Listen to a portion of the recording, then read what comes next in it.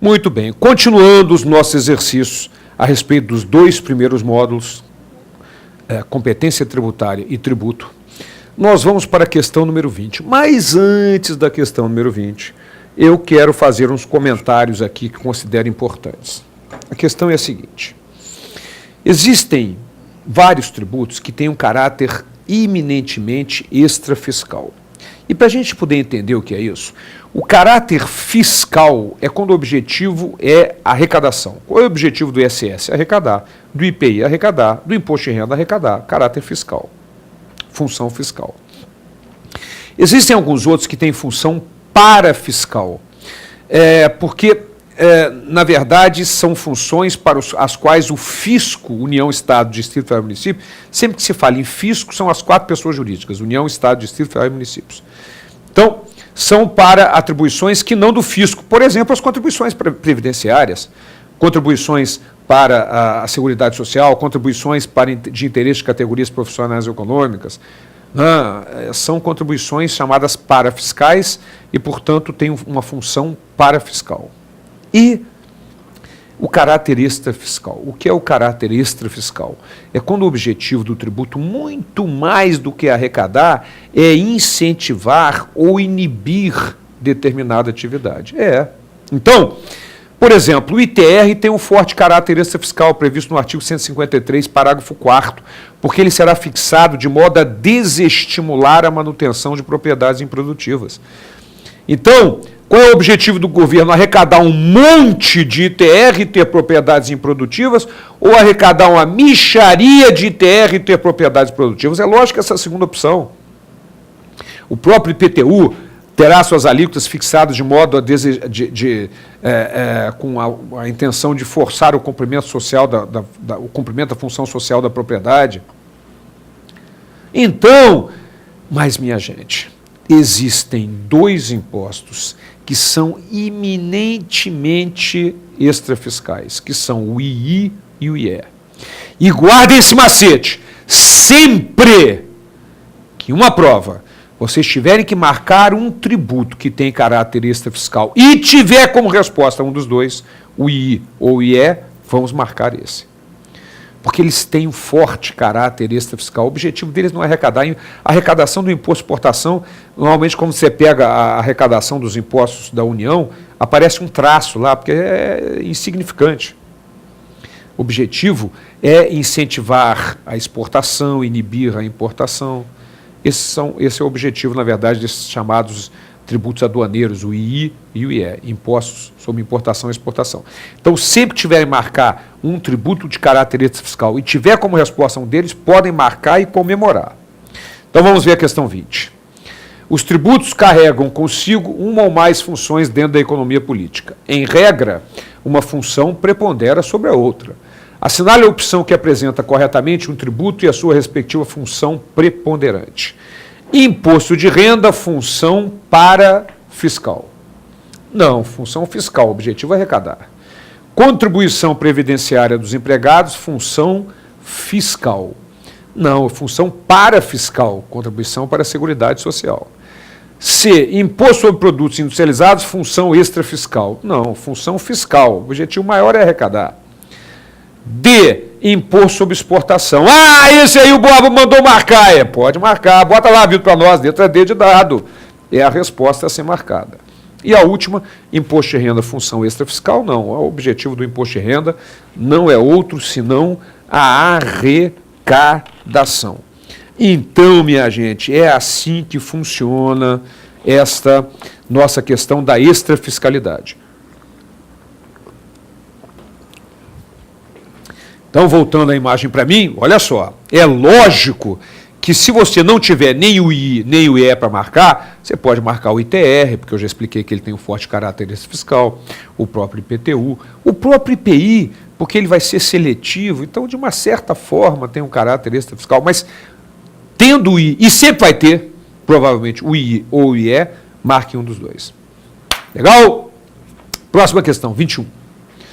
A Justiça do Trabalho tem o dever de arrecadar, mediante execução de sua iniciativa, contribuições sociais devidas pelo empregador e pelo trabalhador e seus acréscimos legais decorrentes da sentença que proferir. Minha gente, isso está expresso no artigo 114, inciso 8º da Constituição Federal. Está corretíssimo. Artigo 114, inciso 8º da Constituição Federal. Portanto, resposta sim. Segunda afirmativa. Está proibida a concessão de qualquer subsídio ou isenção ou redução de base de cálculo e mais anistia, crédito presumido, anistia, remissão relativos a impostos, taxas ou contribuições, se não for concedido mediante lei específica, federal, estadual, municipal, que regule só esse benefício ou correspondente tributo ou contribuição.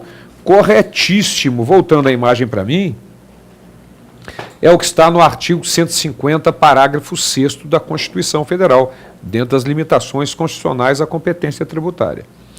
Então, é vedado conceder quaisquer benefícios fiscais, isenção, anistia, redução de base de cálculo, crédito presumido, remissão, quaisquer benefícios fiscais que não seja por lei específica.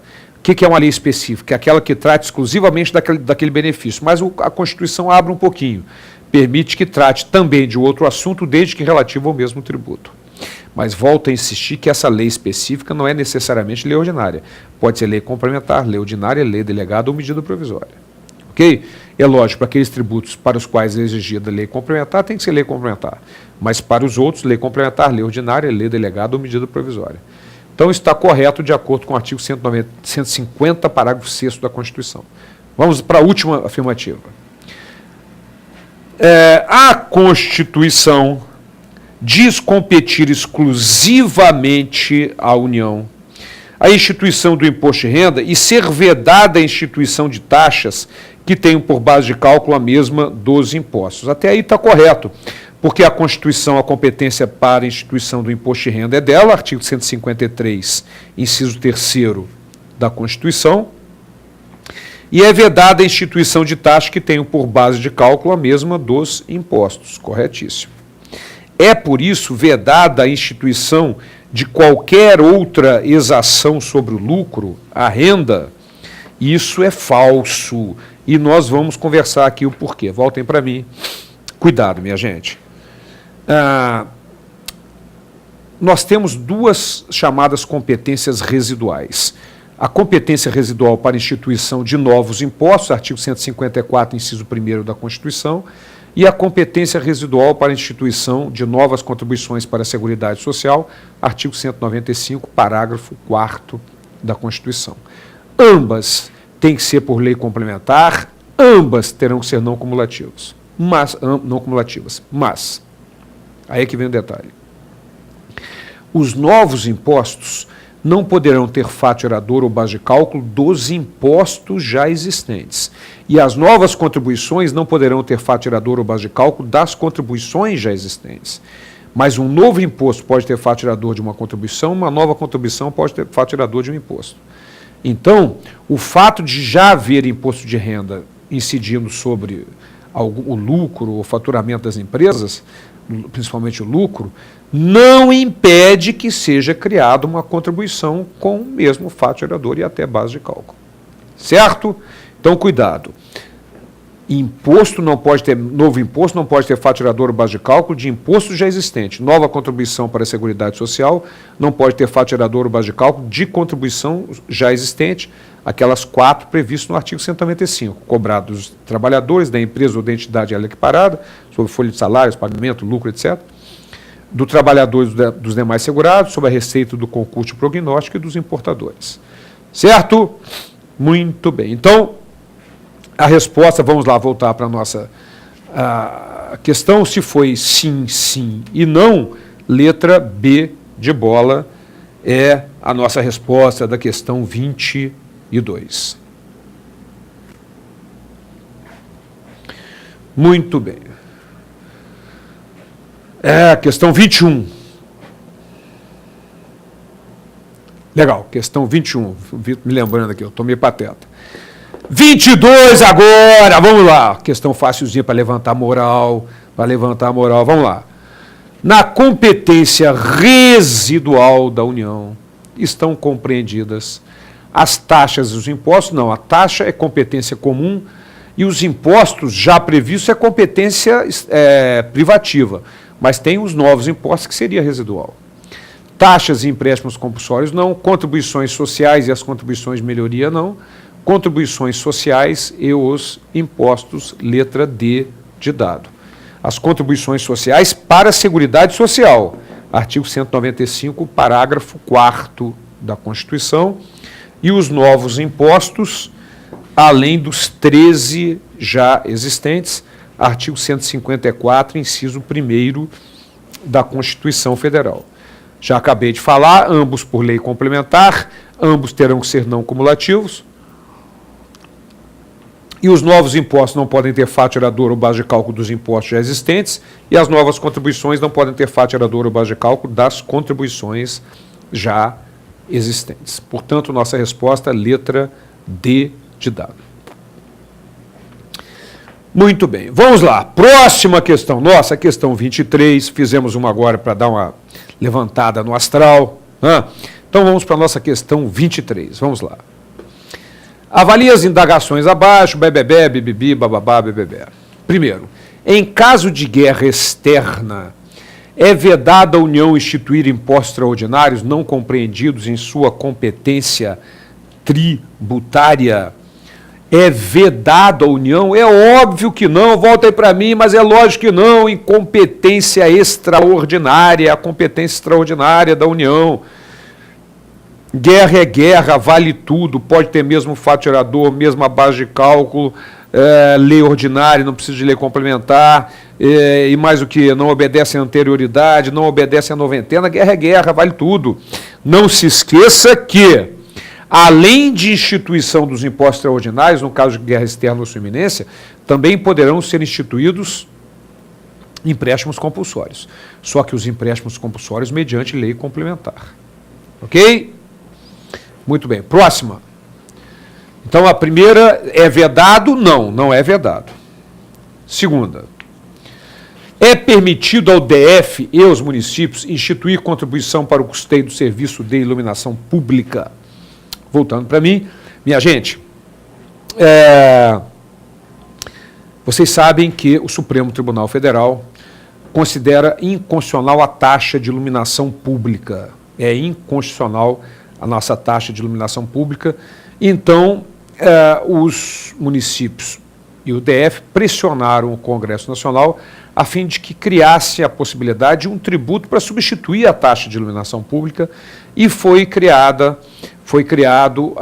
o artigo 149A da Constituição, que permite ao DF e aos municípios instituir contribuição para o serviço de iluminação pública, que, de acordo com o parágrafo único do 149A, pode vir na conta, e normalmente vem mesmo, na conta de luz residencial. Isso é uma forma de arrecadação. Ok? Maravilha. Então, isso é o que determina o nosso artigo 149A e, portanto, a nossa segunda afirmativa é sim. Vamos para a última. É permitido que o serviço de iluminação pública seja remunerado mediante taxa? Ora, minha gente, pode ou não ser remunerado mediante taxa? Vamos lá, cuidado. Súmula 670 do Supremo Tribunal Federal. O serviço de iluminação pública não pode ser remunerado mediante taxa, mas cuidado que, paradoxalmente, o Supremo Tribunal Federal, isso é muito importante que seja colocado, o Supremo Tribunal Federal considera, agora com súmula vinculante, que a taxa de exclusivamente coleta de lixo é constitucional. O curioso é que a taxa de iluminação pública foi julgada inconstitucional porque não havia como mensurar a utilização de cada contribuinte. Mas no caso da taxa de coleta de lixo, o Supremo acha que há como mensurar. O cara vai ter uma balancinha para pesar o lixo de quem está entregando. Enfim, mas guardem isso. A taxa exclusivamente em função do serviço de coleta de lixo é constitucional pelo Supremo, súmula vinculante, e a súmula 670 do Supremo Tribunal Federal determina que a taxa de iluminação pública é inconstitucional. Então vamos lá, só para marcarmos a resposta. na medida em que, na nossa questão 23, foi não, sim, não, letra A, matamos aí tranquilamente a questão 23. Voltando para mim, vamos encerrar essa aula aqui. Na próxima, continuamos com os nossos exercícios. Até lá.